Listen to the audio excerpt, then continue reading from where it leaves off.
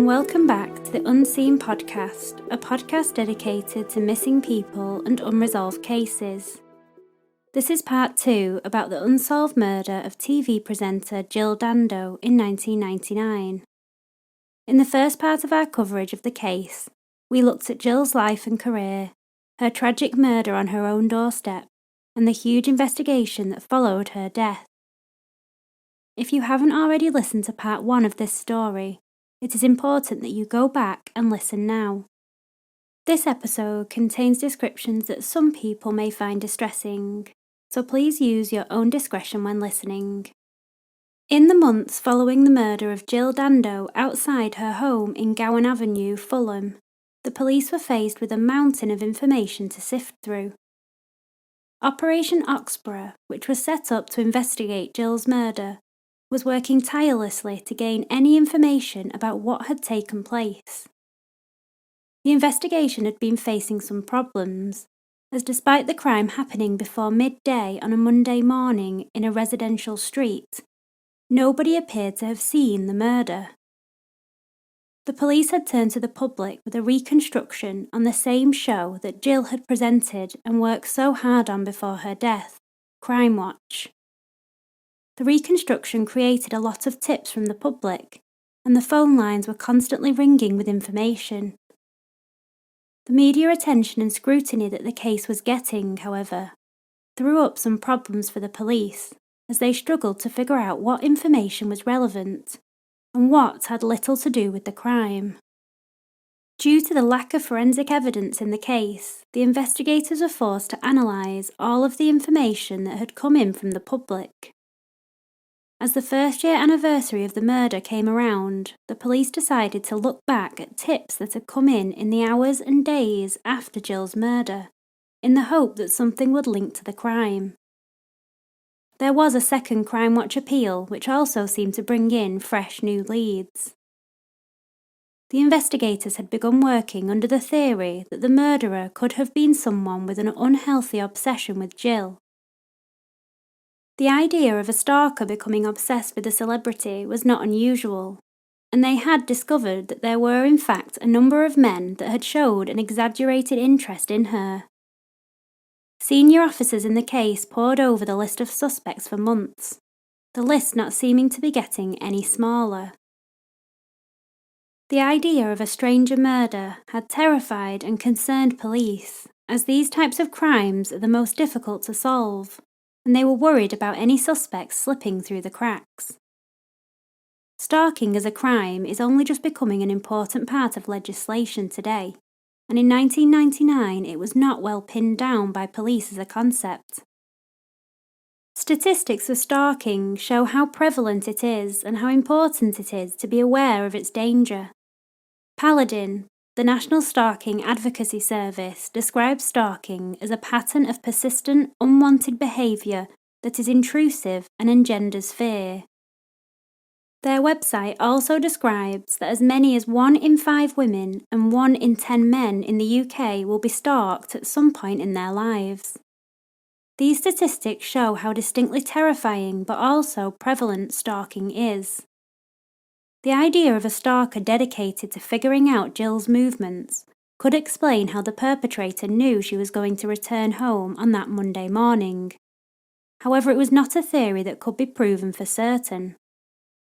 The police had taken time to investigate the idea of stalking, and according to David James Smith's book, All About Jill, The Life and Death of Jill Dando, they went to the lengths to visit the United States to find out more about stalking.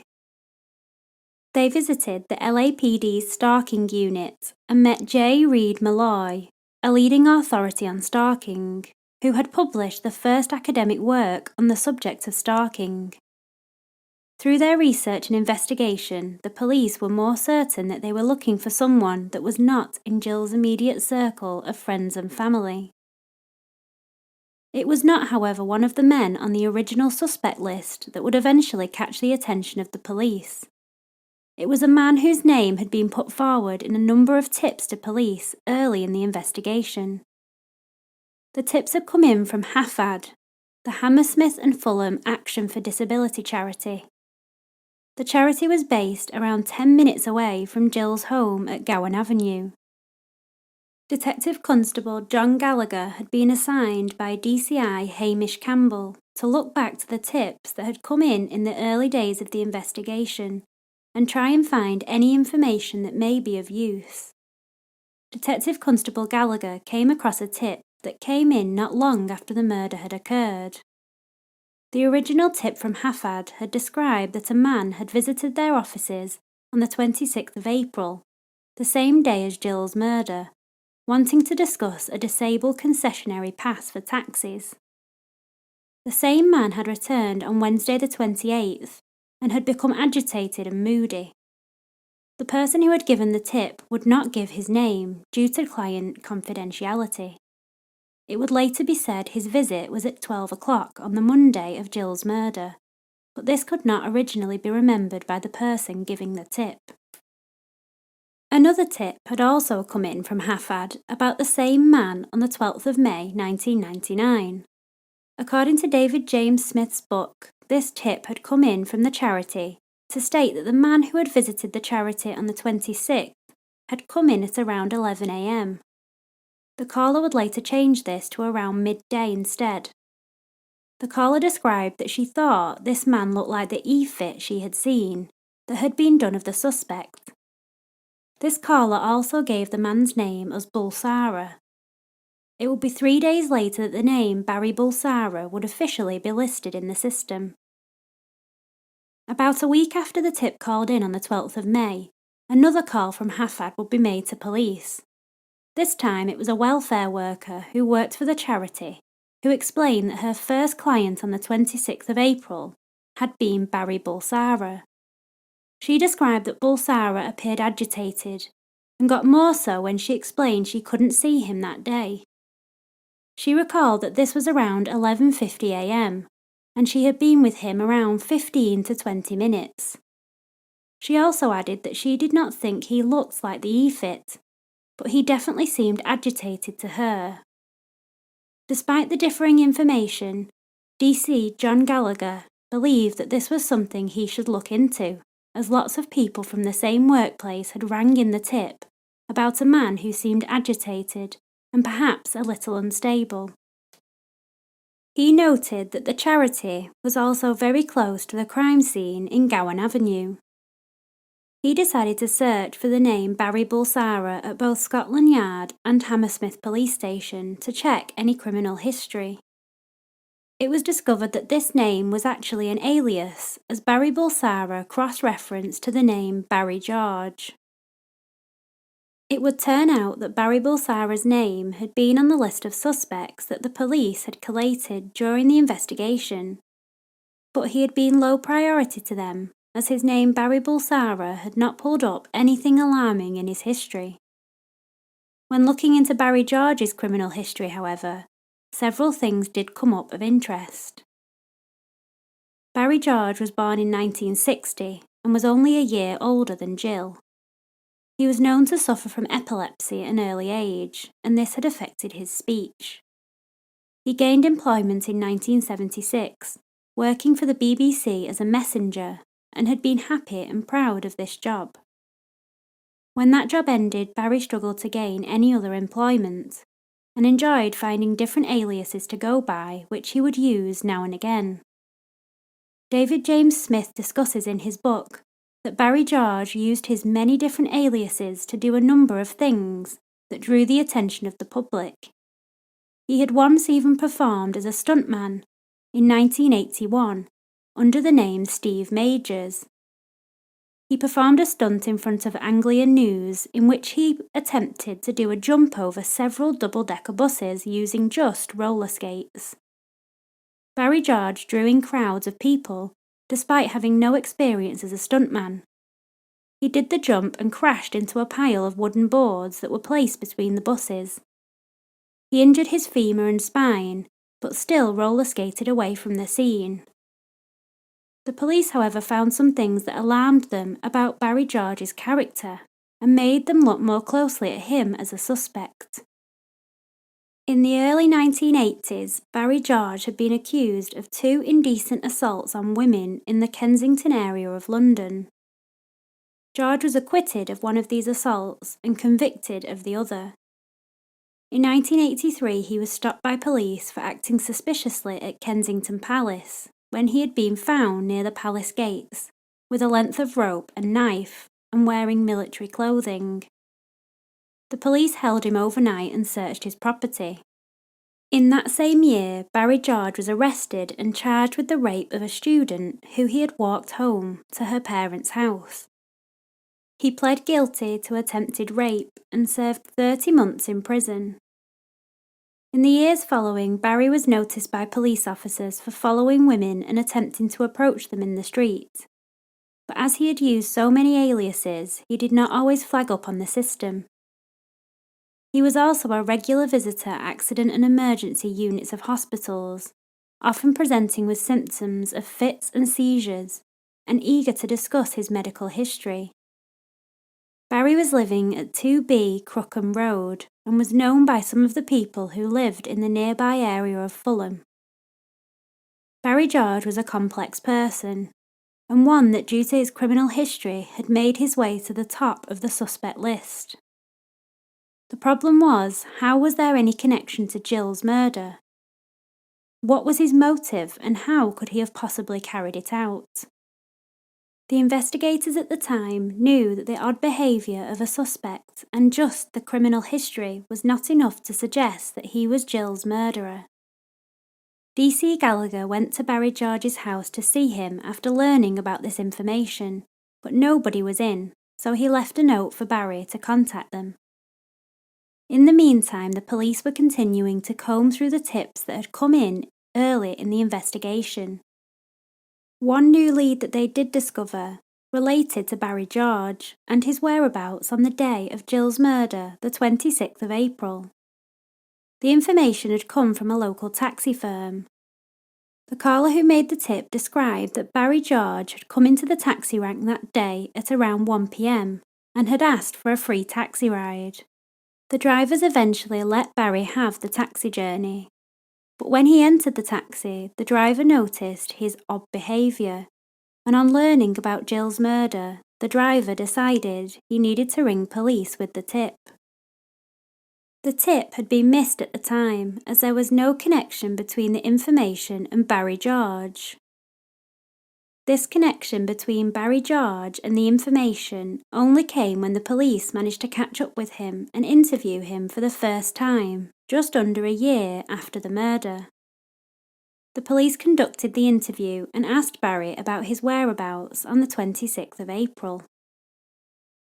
Barry explained that he had been to the Hafad offices and he had got a taxi that day, but he also maintained that he did not know Jill Dando or that she lived nearby. When asked, Barry said that he had been in the Territorial Army and knew how to use a gun. The police officers listened carefully to the story and then said that they would take him back to his house. The police dropped him off at his home and they went inside the house to see the coat that Barry said he was wearing on the day the murder happened. The police noticed that his house was full of boxes and newspapers when they entered. They saw the coat and left that particular day. Barry's story did not differ much from the information that they had heard from the tips, and the story seemed cohesive. The investigators, however, believed that they had enough information to get a search warrant for Barry's house.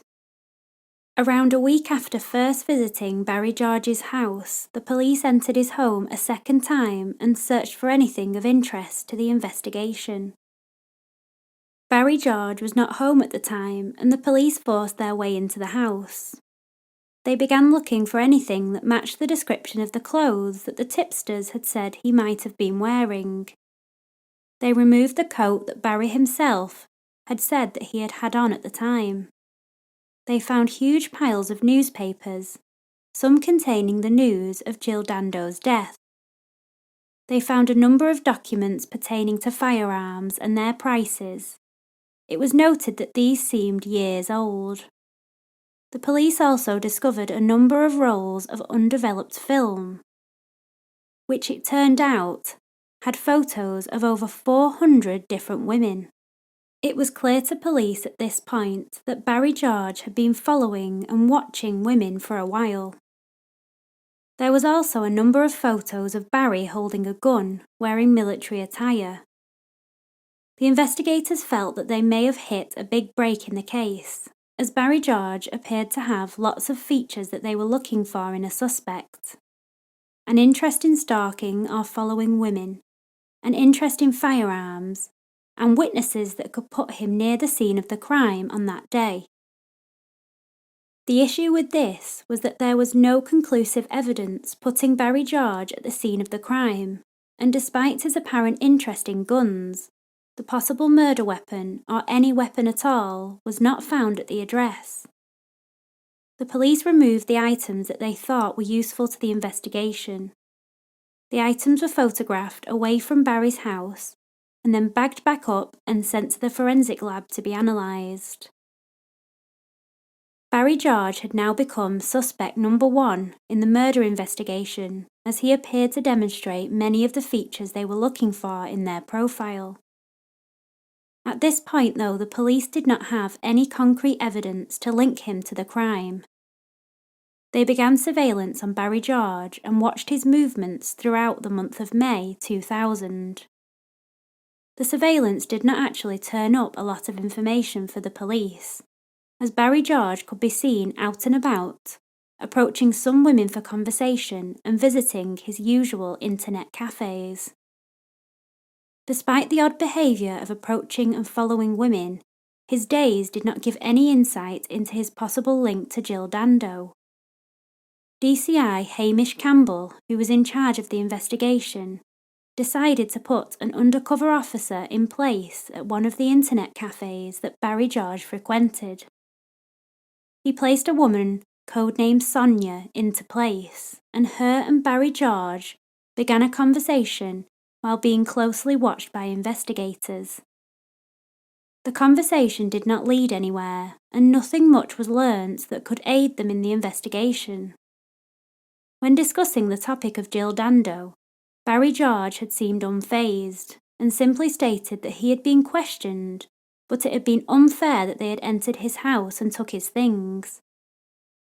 This lack of progress with Sonia did not dampen the investigation, however, as on the 19th of May 2000, DCI Hamish Campbell would receive a phone call that would seemingly make it an open and shut case. The forensic lab had done their investigations on the items that had been removed from Barry George's house and had discovered some evidence. In the pocket of the coat that he had explained he was wearing, they had found a particle of gun residue. This particle was extremely small, only 1/1000th of an inch, but all the same the lab had found it. They had found residue and believed it to be consistent with the chemical composition of the bullet that had killed Jill. It could not say with certainty that the residue had come from the exact bullet that killed her, but it was from a very similar bullet. This was enough for police, who had collated circumstantial and now forensic evidence against Barry George. They arrested him on the 25th of May 2000. The police continued to interview him and went back to his house to remove more items and to collect dust and fibres that may link to other evidence. Barry George was interviewed regularly during this time, but unlike the other interviews they had done with him before, Barry was much less willing to talk and had found himself a solicitor. Barry was asked questions about his interest in guns, his interest in following women, and his reasons for using so many different aliases. He answered the questions but resolutely denied any involvement in the murder of Jill Dando. He explained that he had owned guns and had been part of a gun club, but that he did not own a gun now.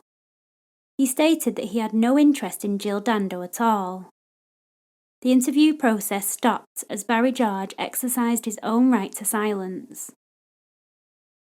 In the time that followed, Barry George took part in an identification parade in which 2 of Jill's neighbours, including the man who lived next door, were shown a number of different men.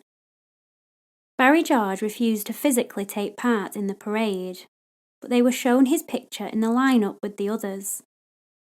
The neighbours were unable to pick out Barry George as being the man that they had seen in the street that day. Nevertheless, despite this crucial evidence, the police charged Barry George with murder. The trial would not begin until October 2000, and it was discussed heavily in the press and on the TV.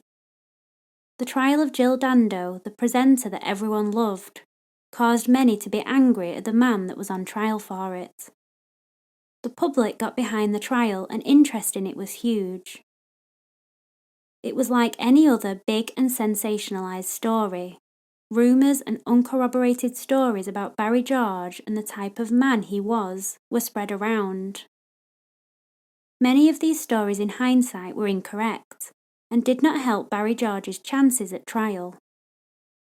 The furore surrounding both Jill's death and the trial caused many people to wrongly speculate their own theories and come up with exaggerated headlines.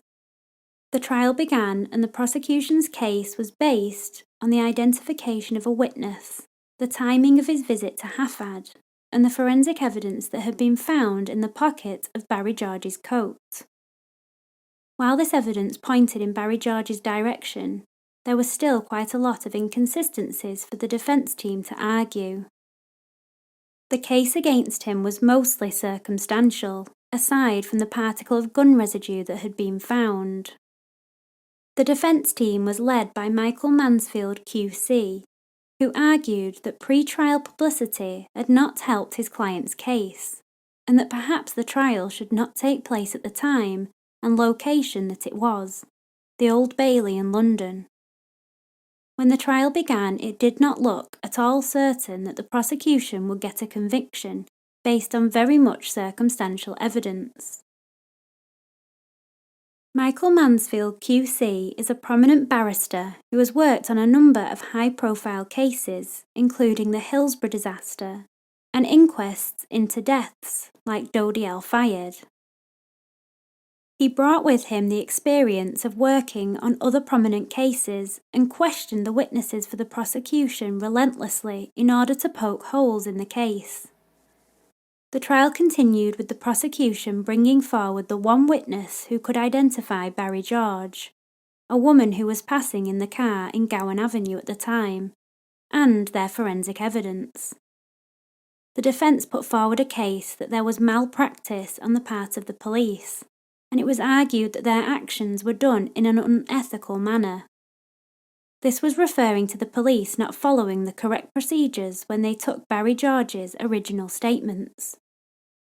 The forensic evidence was put in front of the court by the prosecution as definitive evidence that not only had Barry George admitted that he was wearing this coat at the time of the murder, but the forensic evidence of the gun residue had been later found in the pocket of this same coat. This did appear to be damning evidence on first glance, and for this reason Michael Mansfield QC had been refused when he had asked for this evidence against his client to be excluded. The defence tackled this particular allegation by pointing out to the jury that the coat had been dry cleaned and worn for a year before the police had took it into evidence, and in fact, due to the small amount of residue, there was the possibility that it had come from contamination in the lab. Michael Mansfield QC also tried to point out that the coat had been photographed by police at a photography studio before being bagged up and sent to the lab. The argument being that there is no way to know if the residue had been transferred at that location. The defence tried extremely hard to discredit the chain of evidence in the case. The Crown prosecution put everything damning against Barry George in front of the jury, and like in other criminal cases, the defence had an argument against it. Barry George himself did not testify in the trial, as medical professionals had deemed him not fit to testify due to their concerns about his epilepsy. The two sides presented their closing arguments and the jury were sent to deliberate. Everyone waited with bated breath for the result, as truly no one knew what the result would be. On the 6th day of deliberation, after looking at Barry George's coat one more time, the jury came back with a verdict. Barry George was found guilty of the murder of Jill Dando. There was a lot of shock in the courtroom as lots of people had believed the Crown prosecution's case to be weak and without a lot of evidence. Many did not believe that there would be a conviction. The publicity had already been massive in the case, and this did not let up in the aftermath of the conviction. Barry George was sentenced to life imprisonment, and his defence began proceedings to lodge an appeal in his case. The appeal began the following year in July 2002. Barry George's defence team explained that they believed his conviction was unsafe due to the ambiguity surrounding the forensic evidence that was put forward. The issues that the defence team had with the forensic evidence at the trial, its possibility of contamination, and the length of time that the coat had been unchecked, were crucial to their appeal. The idea that the jury had been misled by the significance of the forensic evidence was also brought up, as the defence team believed that the evidence should not have been let in the first place. There were also issues put forward about the use of an undercover officer in order to elicit a confession.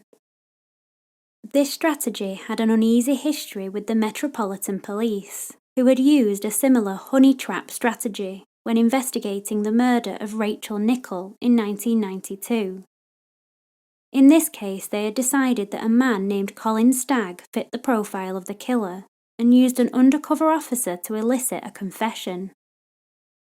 While Stagg never confessed, the police felt that they had gained enough information to convict him of murder. At the trial in 1994, the strategy failed miserably, as the judge ruled that the police had used deception to try and incriminate a suspect.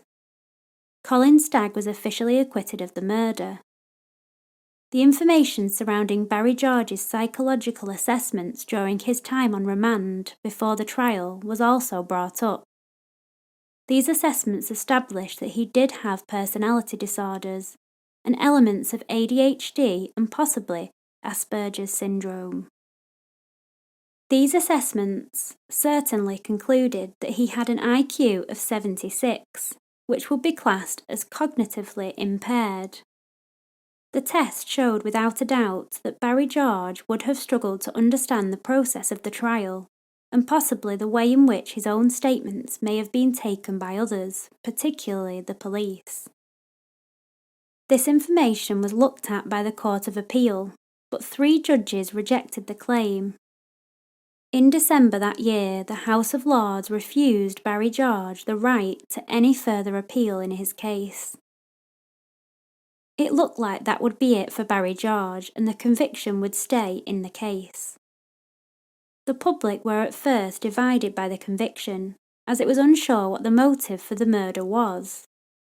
Many were certain that Barry George was an odd man, and his stalking habits of other women was clearly dangerous. However, the link with Jill Dando had not been obviously set out in the trial, and many people were left wondering why. The years moved on, and the family and friends of Jill slowly continued on with their lives, with her loss never truly going away. In the years following, however, the uncertainty surrounding Barry George's conviction began to spread, and the public sentiment began to be that he was actually innocent of the crime.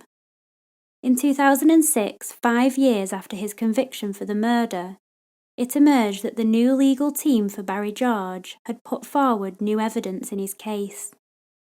This had been submitted to the Criminal Case Review Commission, who referred it to the Court of Appeal. The crucial new evidence was not new in its entirety. It was in fact the same forensic evidence that had been so controversial at the original trial. Developments in forensic testing had come a long way, and they believed that this would prove the forensic evidence meaningless in the case. The fact that the forensic evidence was also not presented accurately to the jury was named as a problem, as the jury were told that the gun residue matched the gun that killed Jill, when in fact the residue could have come from any gun of that type, not just that particular gun. The court upheld the appeal due to the fact that forensic scientists concluded that the particle that was found was too small to say where it had come from and could not have been conclusively linked to the bullet. A retrial was ordered with the exclusion of the forensic evidence in 2008. The retrial went ahead with the original circumstantial evidence that had been presented at the trial, and when the jury returned after deliberation, the verdict was completely different. Barry George was acquitted of the murder of Jill Dando. For the defence, this was the result of years of work trying to prove Barry George's innocence. For the prosecution and the police, it was a different story. The police had to begin the task of explaining that they had not found the correct person in 2000, and in fact they did not know who had killed Jill. So what has happened after Barry George's conviction was quashed? Barry George has spent 8 years of his life in prison for a crime he did not commit, and after his release he took the steps necessary to get some compensation back for the time that he had been wrongfully convicted. He has explained in interviews that in 2000 the police had taken his possessions and none of them had been returned to him. He has been fighting since his release to gain both an apology and monetary compensation, neither of which he has received. New legislation brought in 2014 means that those who were wrongfully convicted must prove their innocence beyond a reasonable doubt to be able to gain compensation.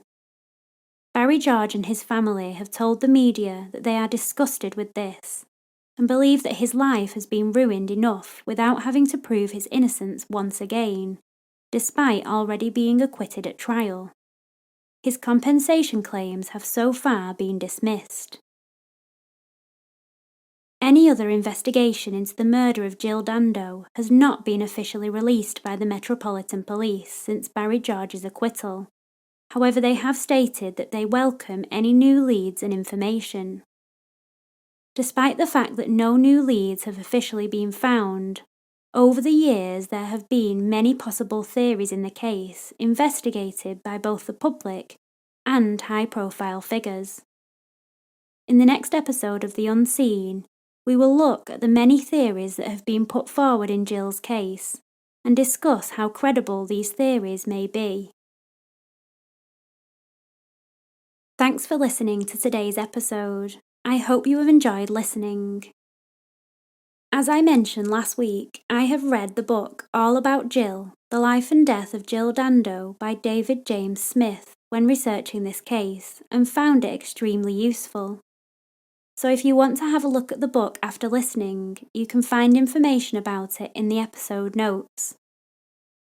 Thank you for all the engagement about the episode this week. I really enjoy hearing what you think, and because of you, the show is going from strength to strength. Please continue to share the podcast with anyone you think might enjoy it. You can find us on Facebook, Twitter, Instagram, and at our website www.theunseenpodcast.com, where you can submit your own ideas for episodes. If you want to help us further, you can rate, review, and subscribe to us where you listen to your podcasts. Our 5-star reviewers this week are Ian S76 and NUMCV. Thank you so much for taking the time to review us. The final episode in this series will be out next week, so be sure to listen in then. As always, thank you for listening. I'm Caprice, and this has been Unseen.